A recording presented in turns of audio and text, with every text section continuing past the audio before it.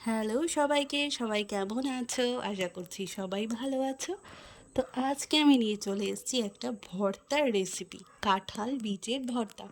প্রথমেই কাঁঠাল বীজের সাদা খোসাগুলো ছাড়িয়ে একটু লবণ দিয়ে আমি ভালো করে সেদ্ধ করে নেব। তারপর সেদ্ধ হয়ে গেলে এই বাদামি রঙের খোসাটাও আমি ভালো করে ছাড়িয়ে নেব, ঠিক এমনি করে। দেন আমি এগুলোকে মিক্সিতে অল্প পেস্ট করব। তোমরা চাইলে পুরোটাই পেস্ট করতে পারো। আমি এখানে অল্পখানি মিক্সিতে পেস্ট করে তারপর একটু শিলনোড়ায় বেটে নেব।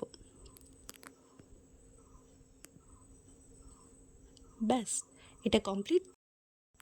তারপর আগে থেকে ভেজে রাখা শুকনো লঙ্কা, কালো জিরা আর রসুন কোয়া ভালো করে কাঁঠাল বীজের সাথে শিলনোড়ায় বেটে কাঁচা তেল আর স্বাদ মতো নুন দিয়ে মেখে নিয়ে আমাদের ভর্তা রেডি।